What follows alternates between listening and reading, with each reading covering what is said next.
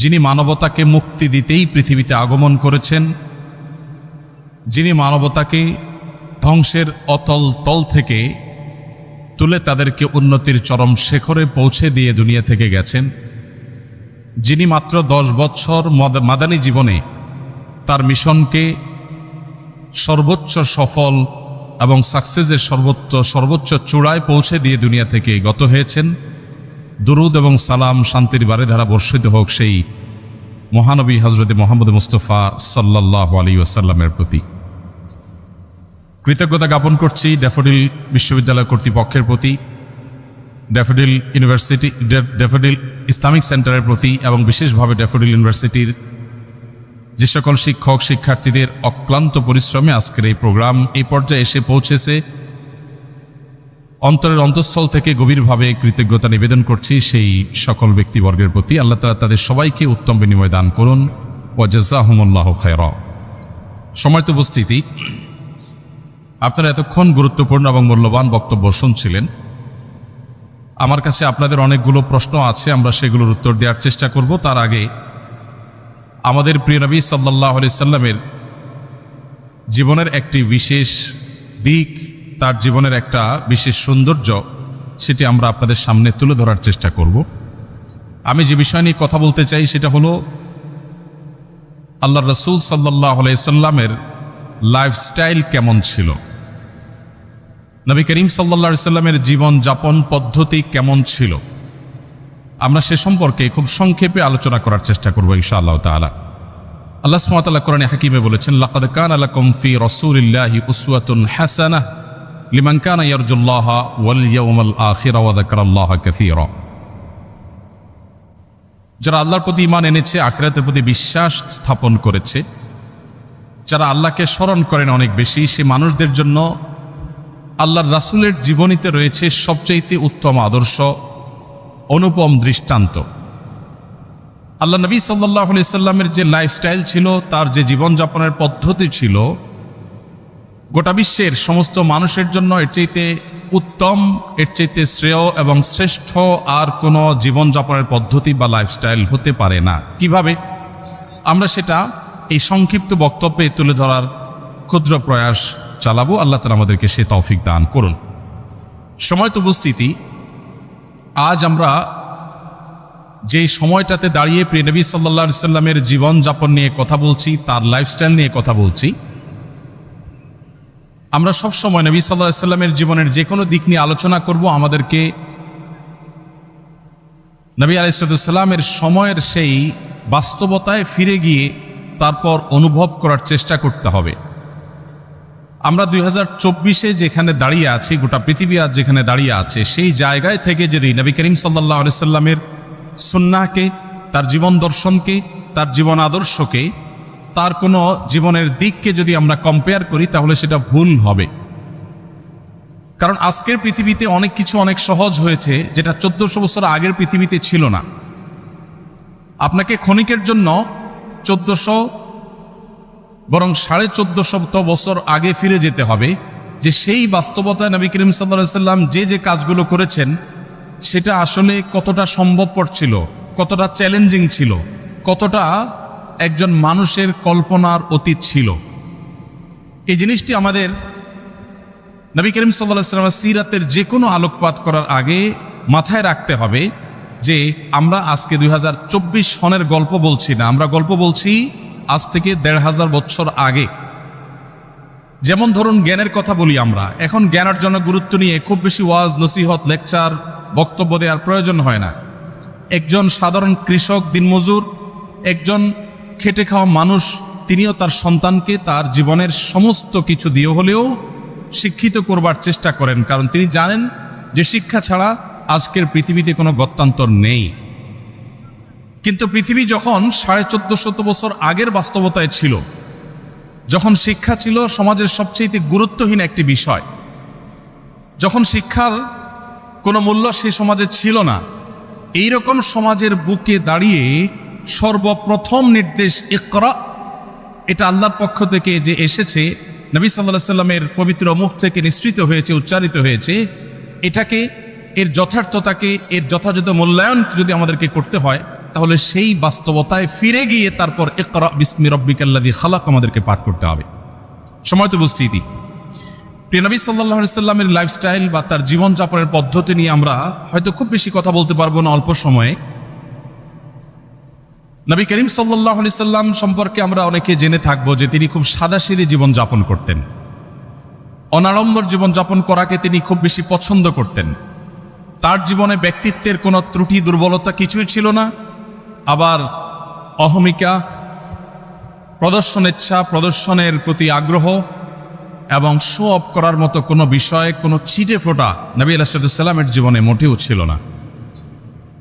তিনি যখন চলাফেরা করতেন, কোথাও যেতেন, তার জীবনে ঘোড়ায় চড়ার ইতিহাস যেমন ছিল, অভিজাত বাহন তখনকার যুগের ওটে চড়ার অভ্যাস যেমন তার ছিল, ঠিক একইভাবে গাধায় চড়তেও তার কখনো দ্বিধা হতো না।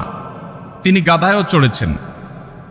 আমরা যেরকম আজকাল কোনো সম্ভ্রান্ত, কোনো শৌখিন, কোনো বিলাসী পরিবারে বেড়ে উঠলে আমরা যে লাইফস্টাইলের সাথে অভ্যস্ত, আমরা ভিন্ন কোনো লাইফস্টাইল যদি কখনো প্রয়োজনেও আমাকে অবলম্বন করতে হয়, সেটা করতে আমরা হেজিটেশন ফিল করি, আমরা অস্বস্তি বোধ করি।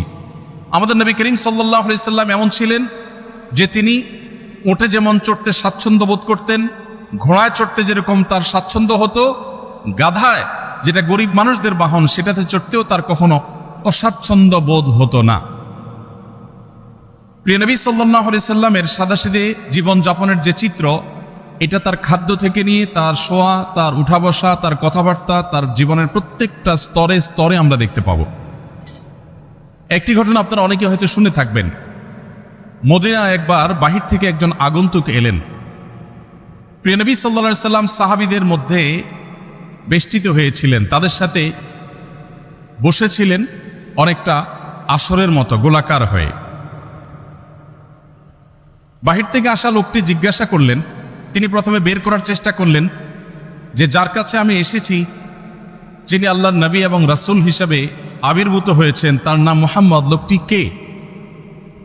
সে আগন্তুক প্রথমে অনেক চেষ্টা করেও উপস্থিত লোকদের মধ্য থেকে মুহাম্মদ সাল্লাল্লাহু আলাইহি সাল্লাম কে সেটাকে তিনি বের করতে পারলেন না। তাকে কোনোভাবে যখন তিনি চিহ্নিত করতে পারলেন না, তখন লোকটি জিজ্ঞাসা করলেন, মান ফিকুম মুহাম্মদ। তিনি উপস্থিত লোকদেরকে বললেন যে তোমাদের মধ্যে মুহাম্মদ লোকটি কে আসলে? আমরা এবার আমাদের সমাজের বাস্তবতার সাথে একটু মিলাই যে আমাদের সমাজে কোনো নেতা, কোনো অনুসরণীয় ব্যক্তিত্ব, কোনো প্রভাবশালী, কোনো গুরুত্বপূর্ণ চেয়ারে বসা মানুষ, তিনি যদি তার অধীনস্থদের সাথে বসে থাকেন অথবা অধীনস্থদের সাথে নিয়ে রাস্তায় চলাফেরা করেন, তাহলে তার বডি ল্যাঙ্গুয়েজ, তার চলাফেরার স্টাইল, তার পোশাক, তার গেট আপ, তার চেয়ার, তার কথা বলার ধরন, এগুলো দেখে তাকে অন্যদের থেকে আলাদা করতে, কে নেতা আর কে অনুসারী, এটা আলাদা করতে কি আমাদের আজকের বাস্তবতায় কোনো কষ্ট হয় বা হবে? কোনো রাজনৈতিক নেতার কথা বলেন, কোনো গুরুত্বপূর্ণ পদে থাকা মানুষের কথা বলেন, তার লাইফস্টাইল, তার গেট আপ, তার কথাবার্তা, তার পোশাক আশাক, তার উঠা বসা, তার হাবভাব দেখেই যে কেউ ধরে নিতে পারবে যে উনি নেতা আর তারা অনুসারী। প্রিয় নবী সাল্লাল্লাহু আলাইহি সাল্লাম এতটা সাদামাঠা জীবন যাপন করতেন, এতটা বিনয়ী থাকতেন যে সাহাবীদের সঙ্গে যখন তিনি বসে থাকতেন, বাহির থেকে আসা মানুষ আলাদা করে তার নাম জিজ্ঞেস করে তাকে বের করতে হতো। তার বসার মধ্যে বিনয়ের ভাবটা কতটা থাকলে এভাবে তিনি সর্বস্তরের সাহাবীদের সাথে পানির সাথে যেরকম দুধ মিশে যায়, তিনি সেরকম নিজেকে মিশিয়ে ফেলতেন। প্রিয় ভাইয়েরা আমার, আমাদের সমাজে আজকাল ব্যক্তিত্বের নামে অহমিকার প্রদর্শনী হয়। আপনারা জানেন, অহংকারকে আমরা অনেকে মনে করি ব্যক্তিত্ব। প্রিয় নবী সাল্লাল্লাহু আলাইহি সাল্লামের ব্যক্তিত্বের যে চূড়ান্ত শেখরে তিনি উন্নীত ছিলেন, সেই ব্যক্তিত্বের অধিকারে পৃথিবীতে আরেকটা মানুষের জন্ম হবে না। আমরা তার ব্যক্তিত্ব নিয়ে যদি আলোকপাত করি, হয়তো অনেকগুলো দৃষ্টান্ত আমরা দেখাতে পারবো যে ব্যক্তিত্ব কতখানে ছিল, কতভাবে তার জীবনও ছিল, কিন্তু তার সেই ব্যক্তিত্ব আজকের তথাকথিত ব্যক্তিত্বের মতো অহমিকা, অহংকার মিশ্রিত ব্যক্তিত্ব ছিল না। আজ আমরা আমাদের অধীনস্থদের অধিকারের ব্যাপারে অনেকে অনেক কথা বলি। আমরা শ্রমিকদের অধিকারের কথা বলি, আমরা গৃহকর্মীদের অধিকারের কথা বলি, আমরা অনেক দুর্বল মানুষদের অধিকার নিয়ে কথা বলি। আর প্রিয় নবী সাল্লাল্লাহু আলাইহি ওয়াসাল্লাম সে সমস্ত দুর্বল মানুষদের ব্যাপারে বলতেন, ইখওয়ানুকুম খাওয়ানুকুম, তোমাদের অধীনস্থ যে ভাই ব্রাদাররা আছে তারা তোমাদের ভাইয়ের মতো, অধীনস্থ মানুষগুলো যারা আছে তারা তোমাদের ভাইয়ের মতো। আল্লাহ তাআলা জাআলাহুমুল্লাহু তাহতা আইদিকুম, আল্লাহ তাআলা তাদেরকে তোমাদের অধীনস্থ করে দিয়েছেন। অতএব তোমরা যা নিজেরা খাও তাদেরকে তা খাওয়াও, তোমরা যা পরিধান করো তাদেরকে তা পরিধান করাও। আজও পৃথিবীতে এমন কোনো মানুষ হয়তো দেখা কঠিন হবে, এমন কোনো মানুষ হয়তো খুঁজে পাওয়া কঠিন হবে যে মানুষ তার অধীনস্থ কর্মী এবং তার গায়ের পোশাক একই রকমের হতে পছন্দ করে। নবী করিম সাল্লাল্লাহু আলাইহি ওয়াসাল্লাম সেটা করতেন। অর্থাৎ তার বিনয় এবং তার ব্যক্তিত্ব এই দুটির কোনোটির মধ্যে কখনো এরকম কোনো গ্যাপ থাকতো না যে সেখানে কোনো প্রকার অহমিকা প্রদর্শন হতে পারে, অহমিকা প্রবেশ করতে পারে। নবী করিম সাল্লাল্লাহু আলাইহি ওয়াসাল্লাম তিনি শুধুমাত্র সমাজের অভিজাত শ্রেণীর মানুষের সাথে বন্ধুতা করতেন না, আমাদের গুরুত্বপূর্ণ পদে থাকা মানুষগুলো তাদের বন্ধুত্বের যে লেয়ার থাকে, শ্রেণী থাকে, সে মানুষগুলো থাকে সমাজের এলিট। একজন মন্ত্রী, একজন সংসদ সদস্য, একজন গুরুত্বপূর্ণ পদাধিকারী ব্যক্তি, তিনি তার বন্ধু বান্ধবের যে সার্কেল গড়ে তোলেন তারা তার ক্লাসের হয়ে থাকে। সাধারণত সমাজের যারা সাধারণ মানুষ থাকেন এই মানুষগুলো এই তথাকথিত বড় বড় মানুষদের বন্ধু হওয়ার সুযোগ সাধারণত পায় না।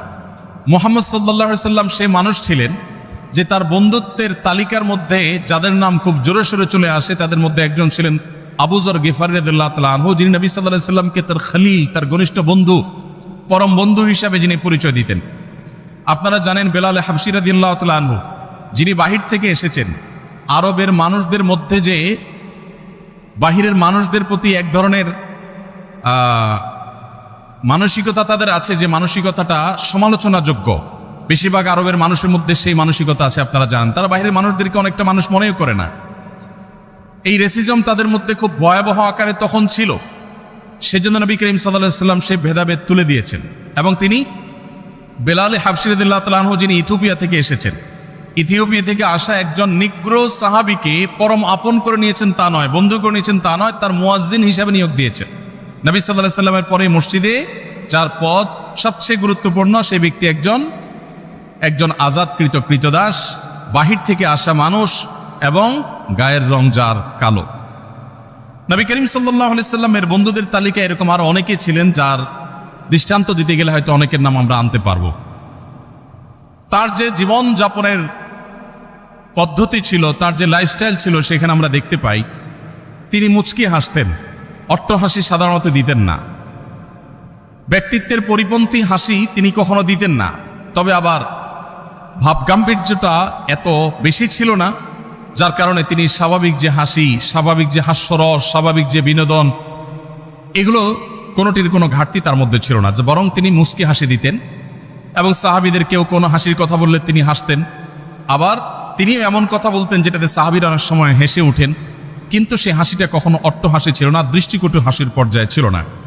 নবী করিম সাল্লাল্লাহু আলাইহি ওয়াসাল্লামের যে বাসা ছিল, সে বাসা ছিল এতটাই সাদাসিধে, এতটাই সাদামাটা যে আম্মা জান আয়েশা রাদিয়াল্লাহু তাআলা, একটা হাদিস সহিহ বুখারীতে বর্ণিত হয়েছে, তিনি বলেছেন যে আমরা যে ঘরে আমাদের যে শোবার ঘর ছিল সেটা এতটাই ছোট ছিল যে রাতে নবী করিম সাল্লাল্লাহু আলাইহি ওয়াসাল্লাম যখন তাহাজ্জুদের জন্য দাঁড়িয়ে তাহাজ্জুদের নামাজ পড়তেন, তখন তিনি দাঁড়ানো অবস্থায় আমি পা লম্বা করে ঘুমোতে পারতাম, শুইতে পারতাম।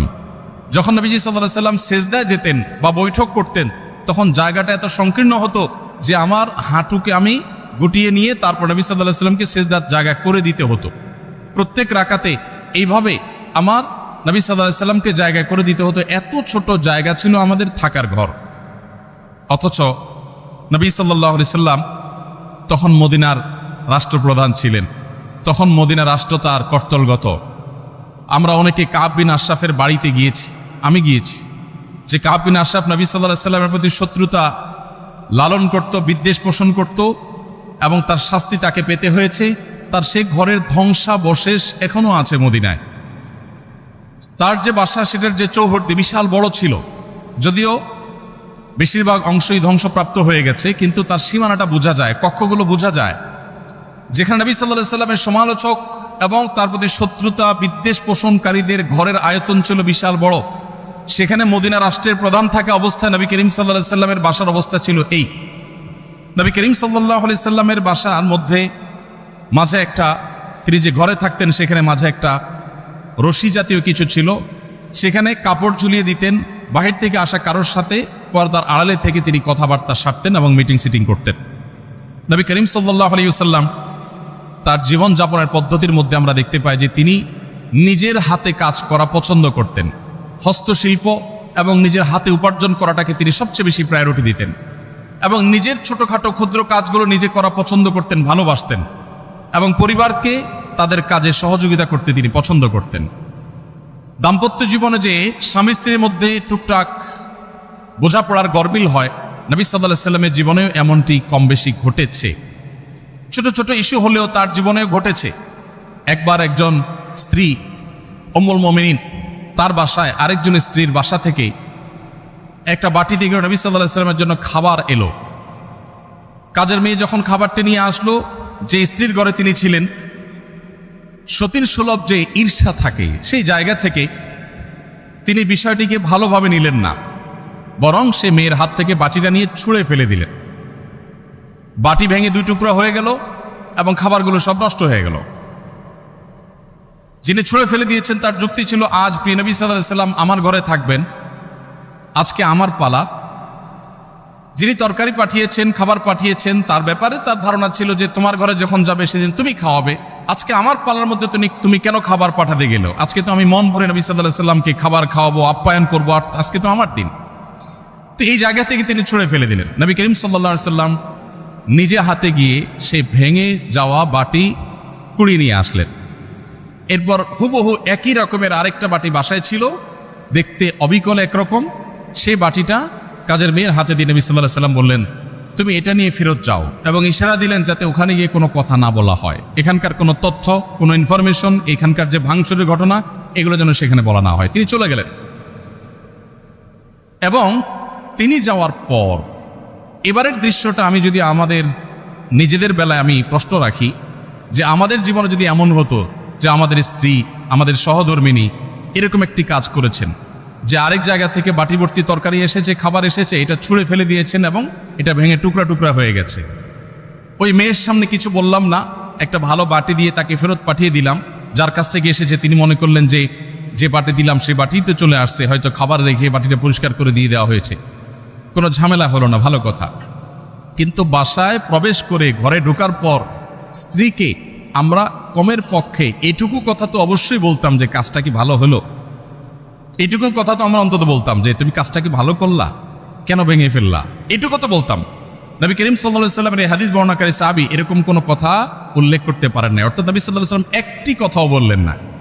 কারণ এখন স্ত্রীর রাগের সময়, এখন কোনো শাসনের সময় না, এখন শুধু সহ্য করার সময়, এখন শুধু সংযমের সময়। যখন সুযোগ পাবেন তখন তাকে যথাযথভাবে নসিহা করা, উপদেশ করা, তাকে বোঝানোর সে কাজটি তিনি করবেন। তো এই ছিল নবী সাল্লাল্লাহু আলাইহি ওয়াসাল্লামের জীবন। তিনি সংযমী ছিলেন এবং সহনশীল ছিলেন। কেউ তাকে অসংযমী হয়েছে, রাগান্বিত হয়ে গেছে, রাগান্বিত হয়ে কখনো সীমা ছাড়িয়ে গেছে, আল্লাহ, এরকম কোনো দৃশ্য কেউ কখনো দেখে নাই। নবী সাল্লাল্লাহু আলাইহি ওয়াসাল্লাম যিনি জীবনে পৃথিবীর আলো দেখবার আগেই বাবাকে হারিয়েছেন, মাতৃগর্ভে থাকা অবস্থায় বাবাকে হারানোর পর দুনিয়ার আলো দেখার পরপরই মাকে হারিয়েছেন। এর কিছুদিন যেতে না যেতেই একমাত্র আশ্রয় দাদাকে হারিয়েছেন। তার কিছুদিন পর যেতে না যেতেই তার একমাত্র আশ্রয়দাতা চাচাকে হারিয়েছেন। তার সবচেয়ে বড় সান্ত্বনার জায়গা তার সহধর্মিনী খাদিজা রাদিয়াল্লাহু তাআলা আনহাকে হারিয়েছেন। এতগুলো ঘটনা যখন একসাথে একাধারে ঘটলো, মাটির নিচের পাওয়ার নিচ থেকে মাটি একটার পর একটা যখন সরে যেতে লাগলো, এত বাধার পরও আমরা দেখি প্রিয় নবী সাল্লাল্লাহু আলাইহি ওয়াসাল্লাম এত বাধা বিপত্তি, মক্কাবাসীর শত্রুতা, এত কিছুর পরও জীবনে কখনো খেই হারিয়ে ফেলা বলতে যেটাকে বুঝি আমরা, মানুষ নিজের নিয়ন্ত্রণ হারিয়ে ফেলা বলতে যেটাকে বুঝি, এরকম কোনো দৃশ্য নবী সাল্লাল্লাহু আলাইহি ওয়াসাল্লামের সিরাতের, তার জীবনের কোনো অংশে কেউ, তার শত্রুরাও কেউ দেখাতে পারবে না যে তিনি রাগের চোটে কখনো খেই হারিয়ে ফেলেছেন, নিয়ন্ত্রণ হারিয়ে ফেলেছেন, কখনো রাগান্বিত হয়ে সরি বলতে হয়েছে তাকে, এরকম কোনো দৃশ্য তার জীবনে কখনো ঘটেনি। তবে যদি কখনো আল্লাহর কোনো বিধান পরিপন্থী কোনো কিছু হতো, আল্লাহর কোনো আইন, আল্লাহর কোনো বিধানের বিরুদ্ধে কেউ কথা বলতো, সেরকম পরিস্থিতিতে নবী করিম সাল্লাল্লাহু আলাইহি সাল্লাম প্রচণ্ড রেগে যেতেন। কিন্তু তার সে রাগ, তার সেই ক্রোধ, সেটা কখনো তাকে খেই হারিয়ে ফেলার লেভেল পর্যন্ত নিত না। তার মুখ দিয়ে কখনো কটু কথা বের হতো না, তার থেকে কখনো অসৌজন্যমূলক আচরণ প্রকাশ পেত না। তিনি যখন রাগান্বিত হতেন তার চেহারা রক্তিম বর্ণের হয়ে যেত, লাল হয়ে যেত। আঙ্গুর যেরকম চিবালে রক্তিম লাল হয়ে যায়, নবী সাল্লাল্লাহু আলাইহি সাল্লাম যখন রাগান্বিত হতেন, বিশেষ করে যখন আল্লাহর কোনো বিধান লঙ্ঘন হতে দেখতেন, তখন তার চেহারা মোবারক লাল হয়ে যেত। প্রিয় নবী সাল্লাল্লাহু আলাইহি সাল্লামের লাইফস্টাইলের দিকে তাকালে আমরা দেখতে পাই যে তিনি যখন খাবার গ্রহণ করতেন, তিনি কোনো খাদ্যের দোষ ধরতেন না। কোনো খাবার তার সামনে এলে পছন্দ হলে খেতেন, আর পছন্দ না হলে তিনি রেখে দিতেন, কখনো দোষ ধরতেন না। কানা নবী সাল্লাল্লাহু আলাইহি সাল্লাম লা ইয়াইবু তাআমা কাত্তু, নবী সাল্লাল্লাহু আলাইহি সাল্লাম কখনো কোনো খাবারের দোষ ধরতেন না। এই হাদিসের মধ্যে কত্তু একটা শব্দ এসেছে শামাইলে তিরমিজিতে। কত্তু মানে হলো কখনো, তার মানে তার জীবনে কখনো খাবারের দোষ ধরার ঘটনা ঘটেনি। আমরা অনেক মুসলমান আছি, অনেক গুণে গুণান্বিত। আমি জানি না এরকম মুসলমান আমাদের সমাজে কয়জন আছেন। আমরা এখানে যারা আছি তারা কেউ বলতে পারবো কিনা যে আমার এই ক্ষুদ্র জীবনে, ফেলে আসা জীবনে আমি কখনো কোনো খাবারের দোষ ধরি নাই। আমার ভালো লাগছে তো খাইছি, আর না হলে নাই। খাবারের দোষ ধরেন নাই জীবনে কখনো, এরকম মানুষ এখানে আছেন? একজনও আছি আমরা? থাকলে হাত তুলতে পারেন। একজন হাত তুলছেন। আপনি খাবারের দোষ কখনো ধরেন নাই? কিভাবে সম্ভব? খাবারের দোষ কখনো ধরেন নাই? লবণ কম হয়েছে, এর চেয়ে ভালো হইতে পারতো, এরকম কখনো বলেন নাই? মাশাআল্লাহ, তো আপনি তো মহামানব। বসেন। দেখুন, এক এলাকায় একজন হুজুর ছিলেন। এলাকার প্রায় সব বাসায় হুজুরের দাওয়াত খাওয়া শেষ। কোনো মহিলা রান্না করে ওই হুজুরকে খাবার খাইয়ে কখনো শান্তিতে থাকতে পারত না। প্রত্যেকটা দাওয়াতের পর ওই হুজুর একটা না একটা দোষ বাইর করতেন। হয় এখানে লবণ একটু কম হয়েছে, না হলে ওখানে হলুদটা একটু কম হয়েছে, কালারটা একটু ত্রুটি আছে, কোনো না কোনো দোষ তিনি ধরতেন। সেই এলাকায় একজন শিক্ষিত পুত্রবধূ এলেন বাহির থেকে। আসার পর তিনি এই হুজুর সম্পর্কে যখন ধারণা পেলেন যে একজন হুজুর আছেন, এই হুজুরের কেউ খাইয়ে সন্তুষ্ট করতে পারেন না, উনি একটা না একটা দোষ ধরেন। যদিও হুজুর মানুষ দোষ ধরার কথা না, নবী সাল্লাল্লাহু আলাইহি ওয়াসাল্লাম সুন্নাহর খেলাফ। যাই হোক, এটা কতটা বাস্তব ঘটনা তাও জানি না, বাকি গল্প হিসাবে শিক্ষণীয় সেই হিসাবে বলা। তো পরে ওই শিক্ষিত পুত্রবধূ তিনি হুজুরের সমস্ত দোষগুলোর তালিকা করলেন যে উনি কোন কোন দোষ ধরেন সাধারণত। সবগুলোকে নোট করে এমনভাবে একটা রান্না তিনি দিলেন যে এই রান্নাতে হুজুরের দোষ ধরার কোনো ফাঁক রাখলেন না, সব পারফেক্ট রাখলেন। এরপর হুজুরকে দাওয়াত দিয়ে খাওয়ালেন। খাওয়ার পরে এবার পুরুষদের দিকে দিয়ে জিজ্ঞাসা করলেন, এবার হুজুরকে জিজ্ঞাসা করো আজকের খাবার কেমন হয়েছে, কমেন্ট করতে বলো। এখন বেচারা হুজুর দেখলেন যে আসলে কোনো কমেন্ট করার জায়গা নেই, তো এবার বললেন যে আসলে এত ভালো না, এত ভালো না। তো যে ভদ্রলোক বলেছেন যে আপনি কোনো দোষ ধরেন নাই কখনো, আমি জানি না যে আপনি এই টাইপের কোনো দোষ ধরেছেন কিনা কখনো। যাই হোক, তো আমাদের নবী করিম সাল্লাল্লাহু আলাইহি সাল্লাম সাধারণত কখনো খাবারের দোষ ধরতেন না, কারণ মেয়েরা কষ্ট করে রান্নাবাড়া করেন। আমরা যদি একদিন এই দায়িত্বটা পালন করি তাহলে আমরা হাড়ে হাড়ে টের পাবো যে রান্না করা এটা কত মজার কাজ। সব ঘরেই পুরুষরা, অনেক পুরুষরাই বা বেশিরভাগ পুরুষরাই চেষ্টা করে মাঝে মধ্যে একটু শখ করে রান্নাবাড়া করবে। আমি একবার রান্নাবাড়া করেছিলাম, আমার মনে আছে, তরকারি রান্না করেছিলাম যখন আমি সৌদি আরবে ছিলাম। আমার ফ্যামিলি আমার সাথে ছিল, মিসেস হসপিটালে ভর্তি ছিলেন, তো বাচ্চাদের জন্য আমার মনে আছে আলু এবং ডাল দিয়ে একটা তরকারি রান্না করেছিলাম। দুর্ভাগ্যের বিষয় যে সেই তরকারি আমি ছাড়া পরিবারের সদস্যদের কেউ খায়নি। বহুত ফজিলত বর্ণনা করলাম, বহুত বোঝানোর চেষ্টা করলাম, বাচ্চারা কেউ সেটা ছুঁয়েও দেখেনি, তারা জাস্ট উপহাস করে ছেড়ে দিয়েছে। অথচ সে আলু আর ডাল রান্না করতে যে পরিমাণ কষ্ট আমার গেছে, যে পরিমাণ ঘাম আমার ঝরেছে, যে পরিমাণ পেরেশানি আমার হয়েছে, সেটা আমি বলে তাদেরকে বোঝাতে পারতাম না। তো আমরা যারা কথায় কথায় খাবারের দোষ ধরি, আমাদের নবী সাল্লাল্লাহু আলাইহি ওয়াসাল্লামের এই সুন্নাত থেকে শিক্ষা নেওয়া উচিত যে মা বোনদের, আমাদের স্ত্রীদের, মহিলাদের খাবার যদি কখনো পছন্দ হয় আমরা খেলাম, আর অপছন্দ না হলে আমি খেতে চাচ্ছি না, অপারগতা প্রকাশ করলাম, আমরা দোষ ধরবো না। কঠিন, কিন্তু এই কাজটা আমাদেরকে করতে হবে যদি আমাদেরকে আদর্শ মুসলমান হতে হয়। আল্লাহ আমাদের সবাইকে সেই তৌফিক দান করুন। তো নবী করিম সাল্লাল্লাহু আলাইহি সাল্লাম তিনি খাবারের কখনো দোষ ধরতেন না, আর খাবার খুব কম পরিমাণে খেতেন। অনেক সুন্নত আমল করা যায়, এই সুন্নতের আমলটা অনেক কঠিন। খাবারের পরে মিষ্টি খাওয়া সুন্নত, এরকম একটা কথা আমাদের সমাজে প্রচলিত আছে, যদিও এর কোনো ভিত্তি নেই। আমরা নিজেদের প্রয়োজনে খাবারের পরে ডেজার্ট খেতে ভালো লাগে, সেজন্য আমরা হাদিস বানিয়ে নিয়েছি যে খাবারের পরে মিষ্টি খাওয়া সুন্নত। নবী করিম সাল্লাল্লাহু আলাইহি সাল্লাম মিষ্টান্ন পছন্দ করতেন, মিষ্টি জাতীয় খাবার তিনি পছন্দ করতেন। এর মানে এই না যে যে কোনো খাবারের পরে আলাদা করে মিষ্টির জন্য তিনি ডেজার্টের অপশন রাখার জন্য বলতেন। আগে হতে পারে, পরে হতে পারে, মাঝে হতে পারে, মিষ্টি তিনি পছন্দ করতেন, সেটা ভিন্ন কথা। বাট খাবারের পরে মিষ্টি খেতে হবে আলাদা করে, এরকম কোনো কথা কোনো হাদিস দ্বারা প্রমাণিত হয় না। তো নবী করিম সাল্লাল্লাহু আলাইহি ওয়াসাল্লাম তিনি খাবার খেতেন পরিমাণে অনেক কম। আপনারা জানেন যে তার সুস্পষ্ট হাদিস রয়েছে, নির্দেশনা রয়েছে। তিনি বলেছেন আমাদের স্টমাককে 3 ভাগের 1 ভাগকে সলিড খাবার দিয়ে, আরেক ভাগকে পানীয় দিয়ে পরিপূর্ণ করতে, আরেক ভাগকে তিনি খালি রাখতে বলেছেন, এবং এটা আমাদের সুস্থ থাকতে সহায়ক ভূমিকা পালন করে। নবী সাল্লাল্লাহু আলাইহি সাল্লামের এই সুন্নাহ লাইফস্টাইলের এই সুন্নার গুরুত্ব আজকাল আলহামদুলিল্লাহ ওয়াজ করে বোঝানোর প্রয়োজন হয় না, বরং এই সুন্নার গুরুত্ব আমাদের সমাজে অনেকেই খুব সুন্দরভাবে বুঝতে পারেন। দেখুন, নবী করিম সাল্লাল্লাহু আলাইহি ওয়াসাল্লাম তার এই সুন্নাহ, এখন ডাক্তাররা আমাদেরকে বলেন যে পেট পুরে খাওয়া যাবে না, ওয়াটার ফাস্টিং করতে হবে, ইত্যাদি ইত্যাদি। তো তার এই সুন্নাহ লাইফস্টাইলের যে উপকারিতা আছে, স্বাস্থ্যগত উপকারিতা আছে, সেগুলো আমার মনে হয় যে আর বলার কোনো অপেক্ষা রাখে। নবী করিম সাল্লাল্লাহু আলাইহি সাল্লামের এই সুন্নাটির আমল আমরা মুসলমানদের চাইতে দুঃখজনক হলেও সত্য অমুসলমানদের মধ্যে বেশি দেখি। আমরা মুসলমানরা যতটা উদরপূর্ণ করে খেতে পছন্দ করি, বিশেষ করে বাংলাদেশে মানুষ আমরা যতটা উদরপূর্ণ করে খেতে পছন্দ করি, পৃথিবীর অনেক উন্নত দেশ আছে, সে দেশে মানুষরা আমাদের মতো এভাবে গলা পর্যন্ত খেতে সাধারণত পছন্দ করে না।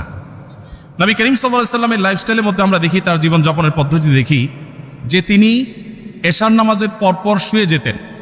কারণ নবী সাল্লাল্লাহু আলাইহি সাল্লাম লা ইয়ানামু ক্বাবলাল মাগরিব ক্বাবলাল ইশা, নবী সাল্লাল্লাহু আলাইহি সাল্লাম এশার আগে ঘুমাতে অপছন্দ করতেন এবং এশার পরে কথাবার্তা বলাটাকে অপছন্দ করতেন। নাহার নবী সাল্লাল্লাহু আলাইহি সাল্লাম আনিস সামরি বা'দাল ইশা, আমাদের আয়েশা বলেছেন এশার পরে জেগে থাকা, কথাবার্তা বলা, আড্ডা দেওয়া, এটা নবী সাল্লাল্লাহু আলাইহি সাল্লাম একেবারে অপছন্দ করতেন। আপনারা দেখবেন পৃথিবীর যে সমস্ত দেশগুলো এগিয়ে গেছে, যাদেরকে আমরা উন্নত বলি, সেরকম দেশগুলোর প্রায় সব দেশগুলোর একটা কমন কালচার হলো তারা দেখবেন রাতে সন্ধ্যার পরপর শুয়ে পড়ে এবং ভোরে তারা উঠে কাজে চলে যায়। আমি যে সমস্ত দেশে যাওয়ার সুযোগ হয়েছে তার সবগুলো দেশে আমি একই চিত্র দেখেছি, ভিন্ন কোনো চিত্র দেখি নেই। দুর্ভাগ্যজনক বিষয় যে আমরা বাংলাদেশ শুধু নয়, সমস্ত মুসলিম দেশগুলো, যতগুলো মুসলিম দেশে আমার যাওয়ার সুযোগ হয়েছে, সমস্ত মধ্যপ্রাচ্যের সব দেশগুলোতে প্রায় আমাদের লাইফস্টাইলটা হলো নবী সাল্লাল্লাহু আলাইহি সাল্লামের এই হাদিসের এবং এই সুন্নাহর সম্পূর্ণ ব্যতিক্রম বা উল্টো। রাত যত গভীর হয় আমাদের আড্ডা তত জমে। আপনি দেখবেন আমাদের দেশের কথা যদি বলি, টেলিভিশন চ্যানেলগুলোর সবচাইতে হট এবং সবচাইতে গুরুত্বপূর্ণ প্রোগ্রামগুলো সব থাকে রাত 9টা, 10টা, 11টা, এই সময়টাতে সবচাইতে পিক টাইম, যেটা আমাদের আসলে ঘুমের টাইম হওয়ার কথা ছিল। আমাদের ঢাকা শহর এমনি জ্যামের শহর, কেউ যদি ঢাকা শহরের জ্যামের একেবারে পিক আওয়ার দেখতে চায় তাহলে তাকে ঢাকা শহরে অফিস টাইমের শুরুর দিকে যেরকম দেখতে আসতে হবে, আবার সন্ধ্যার পর থেকে তাকে ঢাকা শহরে প্রবেশ করতে হবে, তাহলে সে জ্যামের পিক আওয়ার দেখতে পাবে। আপনি উন্নত অনেক দেশে গেলে দেখবেন যে সে সমস্ত দেশে সন্ধ্যার পর থেকে রাস্তাঘাট ফাঁকা হতে থাকে, রাত 9টা 10টা হয়ে গেলে রাস্তাঘাটে কোনো গাড়ি খুঁজে পাওয়া যায় না, সবাই ঘুমিয়ে পড়ে। তো নবী সাল্লাল্লাহু আলাইহি সাল্লামের এই সুন্নাহকে তারা ফলো করেছেন, জেনে হোক না জেনে হোক, বুঝে হোক না বুঝে হোক, তার সুফল তারা পাচ্ছেন, আর আমরা ফলো না করে আমরা তার কুফল ভোগ করতে হচ্ছে। বাংলাদেশের যে হেফজোখানা মাদ্রাসাগুলো আছে, এই মাদ্রাসাগুলোর যে সাফল্য মূলধারা মিডিয়াতে সেগুলো কখনো উঠে আসে না, কিন্তু আপনারা জানেন যে পৃথিবীর 100, 110, 20টি দেশের সাথে কম্পিটিশন করে আমাদের দেশের হেফজোখানার ছাত্ররা তারা প্রথম, দ্বিতীয়, তৃতীয় স্থান অর্জন করে তারপর দেশে ফিরে আসে। তাদেরকে মূল্যায়ন করা হয় না যদিও, কিন্তু আমরা জানি যে তারা রাষ্ট্রের তেমন কোনো সুযোগ সুবিধা একেবারেই পায় না। তারপরও এই কোণঠাসময় পরিস্থিতির মধ্যে থেকে তারা গোটা বিশ্বের 100-150 দেশকে পেছনে ফেলে তারা প্রথম, দ্বিতীয়, তৃতীয় স্থান প্রায় প্রতি বছর অর্জন করে আমাদের ছেলেরা দেশে ফিরে আসে। এই যে আমাদের দেশে হেফজোখানাগুলোর যে সাকসেস, তাদের যে সাফল্য, এটার রহস্য কি, সিক্রেট কি? আপনি যদি আমাকে বলেন তো আমি বলবো তার সিক্রেটের মধ্যে অন্যতম একটা সিক্রেট হলো বাংলাদেশের অন্য সব মাদ্রাসাগুলো কিছুটা ব্যতিক্রম হলেও 100% হেফজখানাগুলোর বা হেফজ মাদ্রাসাগুলোর নিয়ম হলো যে রাত 10টার ভেতরে প্রায় সব হেফজখানার ছাত্ররা ঘুমিয়ে পড়ে এবং ভোরে তারা উঠে পড়াশোনা করে। ফজরের পরে তারা কখনো ঘুমায় না, তারা সকাল 10টা, 10:30, 11টার দিকে একটু ঘুমায় দুপুরের আগে। আর ঠিক এই জিনিসটাই সুন্নাহ এবং নবী সাল্লাল্লাহু আলাইহি ওয়াসাল্লাম এটাই করতে বলেছেন। এবং এর ফলশ্রুতিতে এবং আরও নানা কারণে আমাদের হেফজখানার শিক্ষার্থীরা মাত্র 1.5 থেকে 2 বছরের মধ্যে কোরআনে কারিমের মতো এত বিশাল বড় গ্রন্থ এই পুরাটুকু তাদের বক্ষে তারা ধারণ করে ফেলতে সক্ষম হয়। তো আমাদের অনেক শিক্ষার্থীরা আছেন যারা রাত জেগে পড়াশোনা করেন এবং গভীর রাত পর্যন্ত তারা জেগে পড়াশোনা করে আবার সকালে লম্বা একটা সময় তারা ঘুমিয়ে কাটান। তো নবী সাল্লাল্লাহু আলাইহি ওয়াসাল্লামের সুন্নাহর পরিপন্থী এটি, এবং তার লাইফস্টাইল ছিল যে তিনি এশার পরে শুয়ে পড়তেন, একদম কথাবার্তা বলা পছন্দ করতেন, যত আলাপ সালাপ সব এশার আগে করতেন। নবী করিম সাল্লাল্লাহু আলাইহি ওয়াসাল্লামের যে জীবনযাপনের পদ্ধতি, তার যে লাইফস্টাইল ছিল, সেখানে আমরা দেখতে পাই তিনি প্রতি সপ্তাহে 2টা করে রোজা রাখতেন, সোমবার এবং বৃহস্পতিবার, আর প্রতি মাসে 3টা করে রোজা রাখতেন, চাঁদের 13, 14, 15। আমাদের যে মাঝে মধ্যে ফাস্টিং করা উচিত, এটা আমাদের ডাক্তাররা এখন বলেন, আমাদের চিকিৎসকরা এখন বলেন যে আমাদের মাঝে মধ্যে না খেয়ে থাকা উচিত, এটা আমাদের স্বাস্থ্যের জন্য ভালো। নবী করিম সাল্লাল্লাহু আলাইহি ওয়াসাল্লাম সেই কাজটি করতেন সেই 1450 বছর আগে থেকেই। নবী করিম সাল্লাল্লাহু আলাইহি ওয়াসাল্লাম যখন কথা বলতেন, তিনি কারোর সাথে যখন কথা বলতেন পরিপূর্ণ মনোযোগী হয়ে কথা বলতেন। কখনো ঘাড় ফিরিয়ে অহমিকা প্রদর্শন হতে পারে, অবজ্ঞা বোঝা যেতে পারে, এভাবে কোনোদিন কারোর সাথে কথা বলতেন না। নবী করিম সাল্লাল্লাহু আলাইহি ওয়াসাল্লামের সিরাতের একটি দিক আমরা হয়তো অনেকে ইতিপূর্বে নাও শুনে থাকতে পারি, তা হলো তিনি যেরকম পৃথিবীর ইতিহাসের সবচেয়ে শ্রেষ্ঠ বক্তা ছিলেন, তার বক্তব্য যেরকম সবচেয়ে সুন্দর ছিল সব দিক থেকে, তিনি কিন্তু পৃথিবীর সবচেয়ে শ্রেষ্ঠ শ্রোতাও ছিলেন। যখন তিনি কারোর সাথে কথা বলতেন বা কারোর কথা তিনি শুনতেন, তখন পরিপূর্ণ মনোযোগ দিয়ে শুনতেন, ঘাড় ঘুরিয়ে কারোর কথা শুনতেন না, পরিপূর্ণ মনোযোগ দিয়ে শুনতেন। যখন কেউ কথা বলতো, তিনি কথা বলে থামার আগ পর্যন্ত নবী সাল্লাল্লাহু আলাইহি ওয়াসাল্লাম সাধারণত ইন্টারফেয়ার করতেন না। যখন কেউ তার সাথে হ্যান্ডশেক করতো, মুসাফা করত, তখন তিনি নিজে থেকে হাতটা ছাড়াতেন না, বরং যিনি মুসাফা করেছেন তিনি ছাড়ানো পর্যন্ত অপেক্ষা করতেন। নবী করিম সাল্লাল্লাহু আলাইহি ওয়াসাল্লামের যে সৌজন্যতা, এটা আমি আবারও বলি, আজ 2024-এর সৌজন্যের সাথে মেলালে হবে না। 1450 বছর আগে চলে যান, সেই পৃথিবীতে যে বাস্তবতা ছিল, তখনকার সময় নবী সাল্লাল্লাহু আলাইহি ওয়াসাল্লাম এই সৌজন্যতাকে এস্টাবলিশ করেছিলেন। নবী করিম সাল্লাল্লাহু আলাইহি ওয়াসাল্লাম তিনি পরিচ্ছন্ন থাকা পছন্দ করতেন। তার সাদাসিধে জীবনযাপন দেখে এটা মনে করার কোনো কারণ নেই যে তিনি, অনেক মানুষ আছেন যে খুব সাদামাটা জীবনযাপন করেন, অপরিচ্ছন্ন, অপরিপক্ক বা আগোছালো। নবী করিম সাল্লাল্লাহু আলাইহি ওয়াসাল্লামের জীবনযাপন ছিল খুবই পরিশীলিত, খুবই মার্জিত, খুবই পরিচ্ছন্ন, খুবই গোছানো, কিন্তু সেটার মধ্যে কোনো অহংকার ছিল না, প্রদর্শন করার মানসিকতা ছিল না, শো অফ করার মানসিকতা ছিল না। এই জন্য নবী করিম সাল্লাল্লাহু আলাইহি ওয়াসাল্লাম আমাদেরকে যে জীবন বিধান দিয়েছেন, সেখানে আমরা দেখতে পাই যে তিনি ওযু করতেন প্রত্যেক ওয়াক্তে, তিনি মিসওয়াকের নির্দেশ দিয়েছেন, বাসায় প্রবেশ করার আগে, পরিবারের লোকদের সাথে কথা বলার আগে মিসওয়াক করে তারপর প্রবেশ করতেন। কোনো গুরুত্বপূর্ণ মিটিংয়ে যাবেন, মিসওয়াক করে তারপরে যেতেন, যাতে মুখের দুর্গন্ধ বের না হয়। জুমার দিনে সবাই সমবেত হবে, সেখানে সবাইকে মিসওয়াক করে আসতে, গোসল করে আসতে নির্দেশ দিয়েছেন। পরিচ্ছন্নতা, পরিপাটি থাকা এবং পরিশীলিত থাকার যত রকমের দিক হতে পারে তার সবগুলো নির্দেশ নবী সাল্লাল্লাহু আলাইহি ওয়াসাল্লাম দিতেন। নবী করিম সাল্লাল্লাহু আলাইহি ওয়াসাল্লাম তিনি ভাব গাম্ভীর্যের কোনো কমতি তার ছিল না। তিনি বলেছেন, নুসরিতু বির-রুব, আল্লাহর তরফ থেকে ভাব গাম্ভীর্য দিয়ে আমাকে সাহায্য করা হয়েছে। তাকে দেখে দূর থেকে অনেক তার শত্রুরা পর্যন্ত তার কাছে মাথা নত করতে বাধ্য হতো। তার ব্যক্তিত্বের যে আভা তার চেহারায় ফুটে উঠত, এটা দেখে এটার কাছে বহু অমুসলিমেরা হার মেনেছে এবং সারেন্ডার করেছে। তার এই ব্যক্তিত্ব যেমন ছিল, আবার পাশাপাশি তিনি রসিকতাও করতেন, সাহাবীদের সাথে বিভিন্ন সময় হাস্যরস করতেন, এমন কৌতুক করতেন যে সবাই হেসে উঠত, সবাই আনন্দ পেত। এবং তার সেই ব্যক্তিত্ব, তার সে ভাব গাম্ভীর্য আজকে আমাদেরকে যেরকম ভাব গাম্ভীর্যের কারণে অনেককে অহংকারী করে তোলে, এটা তার মধ্যে ছিল না। আল্লাহ রাব্বুল আলামিন তার জীবনের এই সমস্ত ভালো দিকগুলো দিয়ে আমাদের জীবনকে আলোকিত করে আমাদের এই জীবনকে দুনিয়াতে সাফল্য মণ্ডিত করুন এবং আখিরাতে আমাদের সবাইকে আল্লাহর জান্নাতুল ফেরদাউসের অধিকারী হওয়ার, উপযুক্ত হওয়ার তৌফিক দান করুন। সম্মানিত উপস্থিতি, যেহেতু আমার প্রশ্নোত্তরে যেতে হবে, এই জন্য নবী সাল্লাল্লাহু আলাইহি ওয়াসাল্লামের জীবনের, তার লাইফস্টাইলের কিছু দিক, খুচরো কিছু দিক, টুকরো কিছু অংশ আপনাদের সামনে আমি শেয়ার করলাম। আর দীর্ঘায়িত করছি না, আমি প্রশ্নোত্তরে চলে যাচ্ছি। আল্লাহ রাব্বুল আলামিন প্রিয় নবী সাল্লাল্লাহু আলাইহি ওয়াসাল্লামের জীবন আদর্শকে আমাদের জীবনের অবলম্বন হিসাবে গ্রহণ করা তার সুন্নাহকে অনুসরণ করার তৌফিক দান করুন। আমরা তার জীবন আদর্শকে যদি অনুসরণ করি তাহলে আমরা সাফল্যের চরম শিখরে পৌঁছতে পারবো। আর যদি আমরা শুধুমাত্র নিজেদেরকে নামে মুসলমান বলি আর নবী সাল্লাল্লাহু আলাইহি ওয়াসাল্লামের সুন্নাহর উপরে আমল না করি, তাহলে আমাদের জীবনকে কখনোই আমরা সাফল্যমণ্ডিত করতে পারবো না। আল্লাহ তাআলা আমাদের সবাইকে আমাদের এই জীবনকে আলোকিত করার তৌফিক দান করুন।